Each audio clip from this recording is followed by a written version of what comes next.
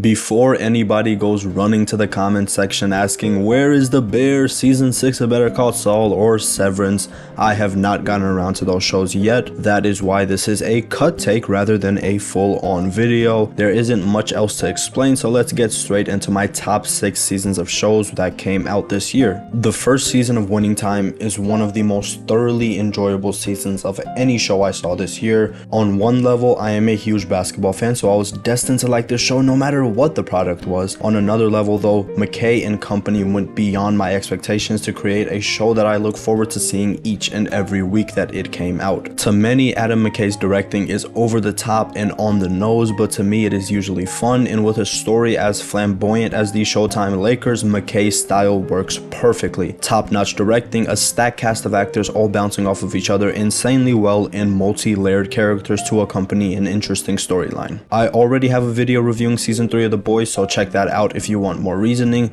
but to boil it down, I thought this season contains the best main storyline yet and 3 or 4 of the 5 best episodes the show has released. The only reason that this isn't higher is because of the 7 out of 10 ending that accompanied the 9 out of 10 build-up. This is another one that I talked about in my half-year recap, so go ahead and check that out. Another show that continues to get better and better with each season. The reason this video is coming out today is so that I could watch the final episode of Chainsaw Man and solidify its ranking on this list. The first season of the show was everything I wanted going in and a little bit more. Unique, funny, top-notch animation, like legitimately amazing animation, a storyline that rarely stagnates, and stellar fight scenes. There are some other things I can get into, but I really want to talk about the fight scenes in Chainsaw Man. Often in today's entertainment landscape, fight scenes are predictable, chopped up, and unmemorable, but I promise you that Chainsaw Man doesn't fall to these standards. If for nothing else, please watch this for the animation and the fight scenes. I talked about season 3 of Atlanta in my honorable mentions video, and before I continue, I just want to take a moment to acknowledge that we got multiple seasons of one of the best shows of the past decade this year. And the one thing that I can say that truly gets across how highly I think of season 4 of Atlanta is that it elevated the show from being in probably my top 25 or 30 of all time to being in my top 10, both objectively and subjectively speaking. Often, surrealism is treated as an isolationist practice, but Atlanta makes it accessible and funny. This is another season that contains some of the best episodes the show has ever produced, from beginning to end, anthology or not. Season 4 never stumbles, being continuously hilarious